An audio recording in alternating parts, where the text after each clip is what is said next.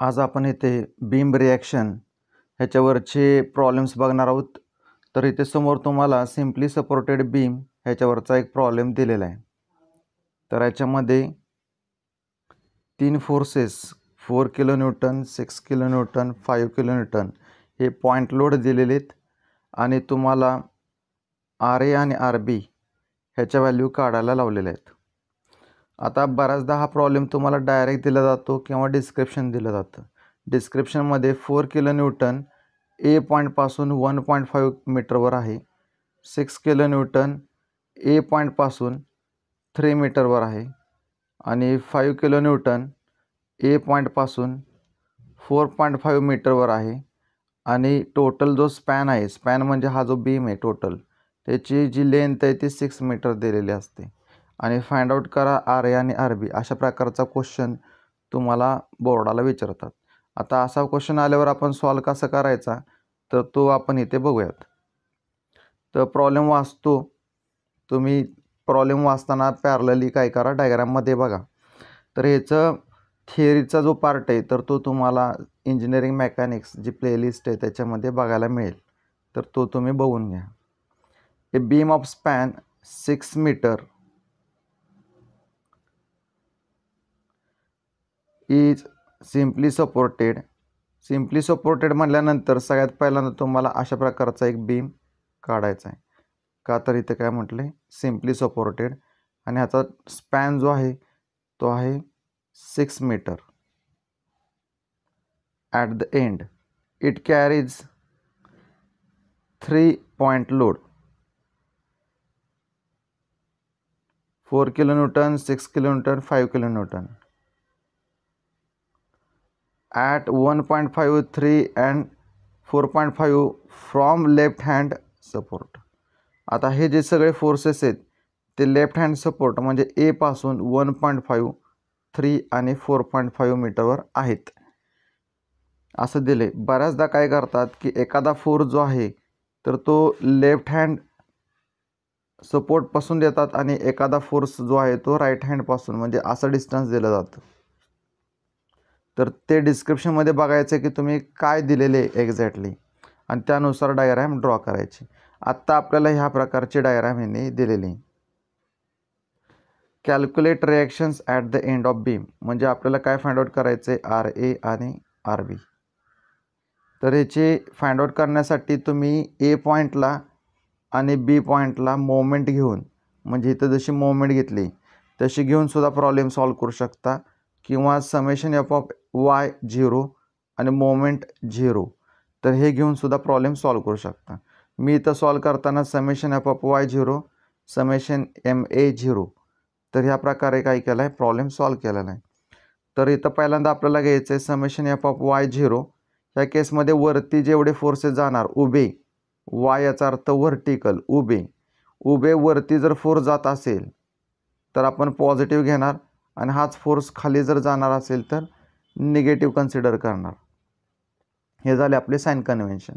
इथं RA कुठे चालला आहे, वरती चालला आहे म्हणून घेतला प्लस, का तर इथं आपण प्लस बोललो आहे. 4 किलो न्यूटन कुठे चालला आहे, खाली चालला आहे, त्यामुळे त्याला आपण काय घेतलं, मायनस, का तर हा खाली चालला आहे म्हणून -4. 6 किलो न्यूटन कुठे चालला आहे, ॲरो बघा, ॲरो हेड खाली चालला आहे, मग खाली चालला याचा अर्थ काय असणार आहे, मायनस, म्हणून -6. 5 किलो न्यूटन कुठे चालला आहे, तर डाऊनवर्डला खाली चालला आहे त्यामुळं मायनस. आणि RB कुठे चाललेला आहे, तर बघा RB अपवर्ड आहे.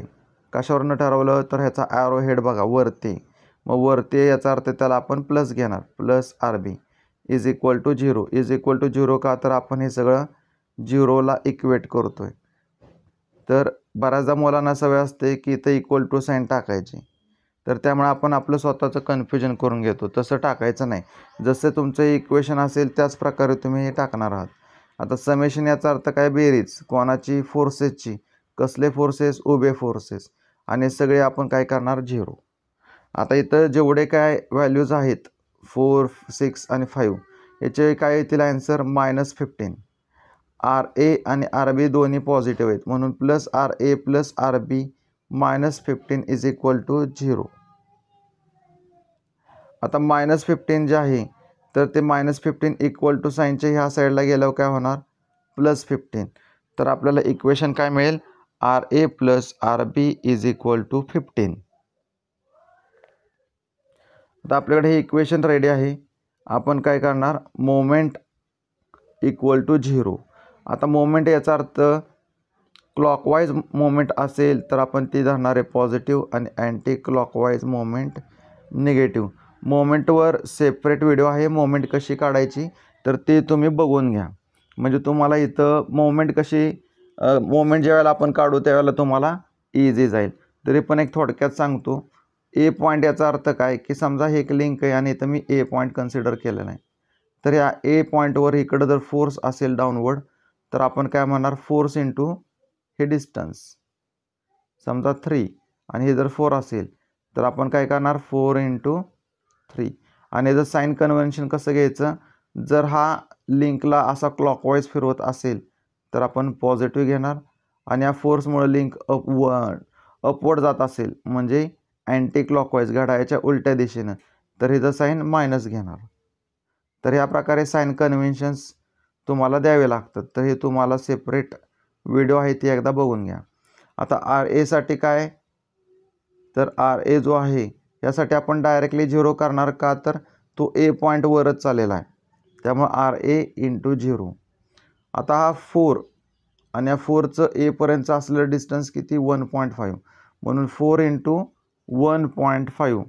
आता फोर्समुळं काय होईल तर ही लिंक आहे ती क्लॉकवाईज फिरणार आहे का तर आपण ए पॉईंटला पकडलं आणि हा फोर्स लावला डाऊनवर्ड साईडला तर लिंक कशी फिरेल क्लॉकवाईज.